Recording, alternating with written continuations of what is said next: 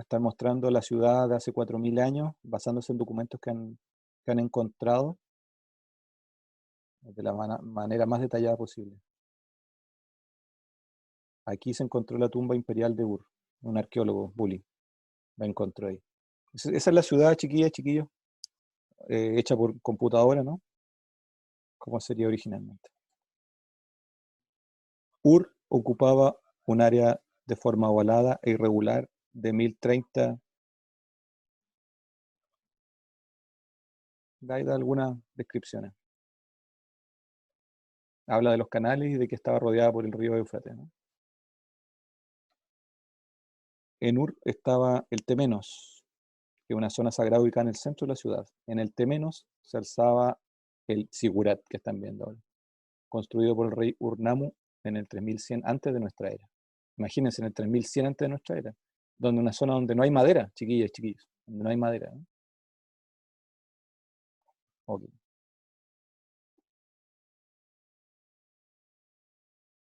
Ok.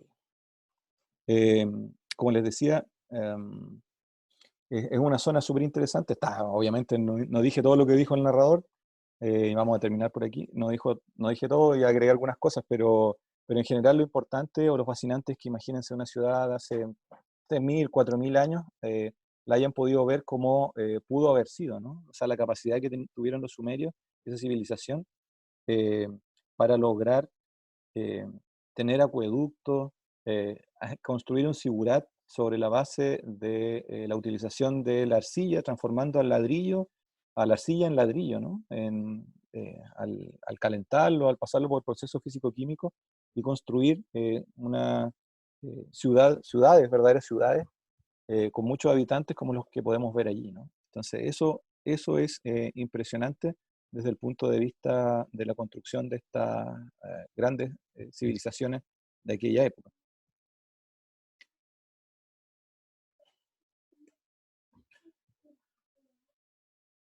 Eh,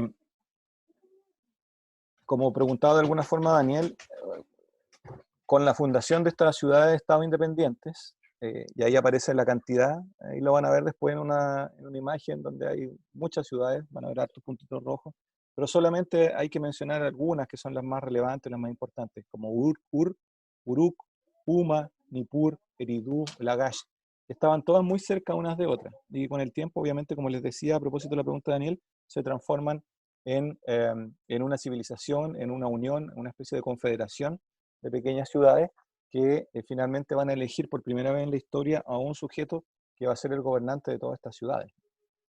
Por la misma afinidad, por el incremento del comercio, por la abundancia de alimentación. Recuerden que la abundancia de la alimentación y el mejoramiento de la calidad de vida permite justamente nuevas formas de complejidad social y cultural.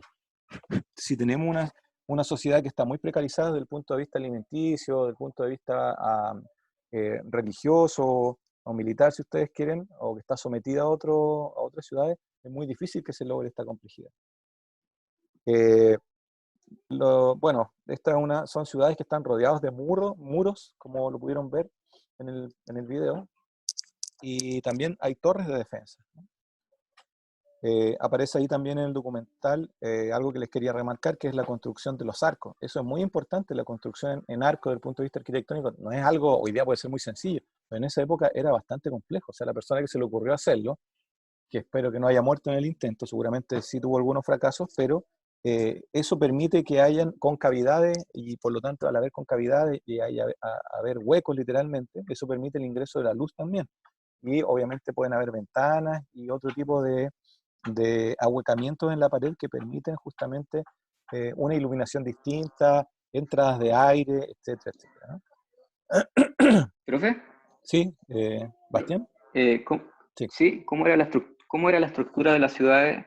Por ejemplo, los españoles o los griegos y todo eso tenían la estructura gamera, ¿no es Ah, cierto? sí, sí, Del ajedrez. sí. ¿Cómo era en el caso Mira, de los a mesopotámicos? partir de lo que yo he podido leer y ver de las eh, reconstrucciones o los yacimientos arqueológicos que he podido estar viendo, eh, lo que yo te puedo decir en general es que se trata de una ciudad que se construye un templo, en este caso lo que ustedes veían en el Sigurat, por ejemplo, y alrededor de él empiezan las casas de las personas que están más cercanas a los poderes de la ciudad, se construyen, y así en una especie de círculo, más o menos, ¿no? Más o menos circular, es decir, con un centro y a su vez van haciéndose como olitas concéntricas que van rodeando a este centro de importancia, ¿no? No es que hayan obedecido, por lo menos yo no lo he visto, ni lo he escuchado en los documentales, ni lo he visto escrito en lo que he leído, que hayan sido circulares o elípticas o cuadrados rectangulares, pero por lo que yo he visto y lo que he leído, entiendo que tienden a rodear de manera circular, más o menos circular, al centro de la ciudad, ¿no? Siempre y cuando, de alguna forma lo dijo el documental, siempre y cuando eh, no estén los ríos que circundan a la misma ciudad, ¿no? Que los ríos van a ser los límites naturales también de construcción. Entonces la idea también, como es protegerse, es dejar el río a un costado de la ciudad y si había otro río, ojalá, como en el caso del Tigris y el Éufrates, tratar de construir las ciudades teniendo al menos como frontera uno de los dos ríos, ¿no? De protección. Pero efectivamente yo podría decirte que se hacía de manera circular o concéntrica en la medida que surgían estos verdaderos centros, no solo religiosos, ¿eh? Después vamos a hablar de los sigurat, que está dividido al menos en tres partes, al menos en tres partes importantes, que tienen que ver con el comercio, que tienen que ver con lo religioso y que tienen que ver con lo político, ¿no? Entonces, si seguimos esa línea de los sigurat, podemos darnos cuenta que efectivamente cumplían esa función central de la ciudad, ¿no? El edificio más alto también. Eso, Bastián, por ahora.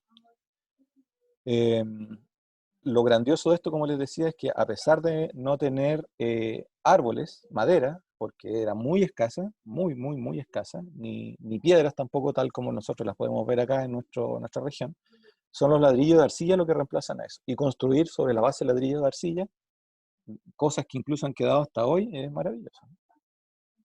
A pesar de esta escasez, se les decía el Sigurat. Aquí están las ciudades que, de las 30 ciudades que les mencionaba, si se dan cuenta, están unas muy cerca de otras, ¿no? Esto es lo que después va a propiciar que estas ciudades vayan uniéndose porque tenían más en común de diferencias. Y finalmente, después de pasar, me imagino, por una etapa de una especie de confederación, eligen a un gobernante de todas ellas. Y con el tiempo, los invasores van a ser efectivamente y van a poner al gobierno en manos de una persona que gobierna todas estas pequeñas ciudades que se van a constituir en una civilización mayor. En primer término, lo que estamos conversando en la civilización sumeria.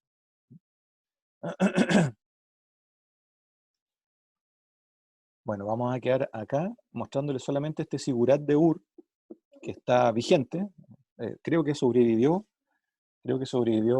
al Estado Islámico. Esto tenía, como dice ahí, adornos con azulejos de arcilla y toros alados, ¿no? Que era lo que se usaba en esa época. Pero eso vamos a conversar en la próxima sesión. Pero es maravilloso. Imagínense si ustedes pudieran ver cómo eran estos azulejos. Es como cuando les dicen, ¿han visto las pirámides de Egipto? Las más famosas, Keops, Kefren, Miquerinos o Miserinos. Sí, sí, uno las ve, son espectaculares, fascinantes. Pero esas pirámides no eran así. Esas pirámides eh, tenían una especie de arenilla blanca que hacía que el sol refractara su luz en las pirámides y se hicieran más luminosas a simple vista, incluso obviamente sobre todo de día, ¿no? Pero en la noche también, conservaban ese brillo. Obviamente cuando las pirámides, bueno, Egipto termina como imperio, las pirámides son saqueadas constantemente, y no solo por dentro, sino también le sacan esa arenilla que era muy cara de hacer, la sacan y se la roban, de eso no queda nada. O sea, nos queda la segunda piel de la pirámide, y a pesar de eso son grandiosas. Imagínense estos sigurat llenos de esos azulejos.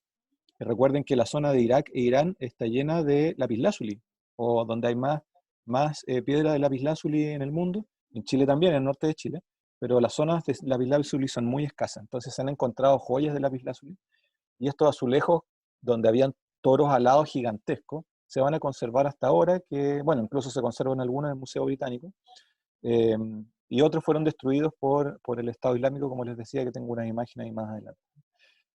Nos queda poco tiempo. ¿Alguna pregunta fuera de lo que han hecho ya? Merari, Daniel, Rodrigo, Bastián.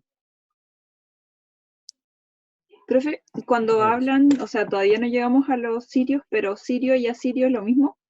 No.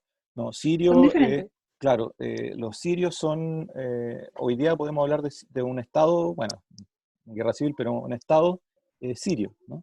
En cambio, los asirios efectivamente provienen de sectores que se traslapan con lo que hoy día es Siria, pero que no necesariamente son sirios, son asirios, vienen de Asur, ¿no?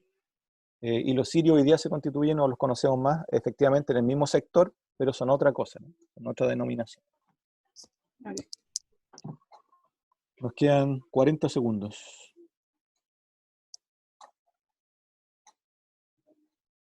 Nada más a la 1, nada más a las 2, nada más a las 3. Le agradezco su presencia, chiquillas, chiquillos. Estas clases las subo lo antes posible, tal vez mañana, a la plataforma, ¿vale? Para que le avisen a sus compañeras, compañeros que no estuvieron. Gracias por estar a todos, Rodrigo, Javier, Améraris, Bastián, Filip, Omar, Joaquín, Sebastián, que espero que estés muy bien, y Daniel. Así que muchas gracias. Si tienen alguna duda, me escriben nomás al correo, no hay problema. Un abrazo y espero que sigamos conectados en la próxima sesión.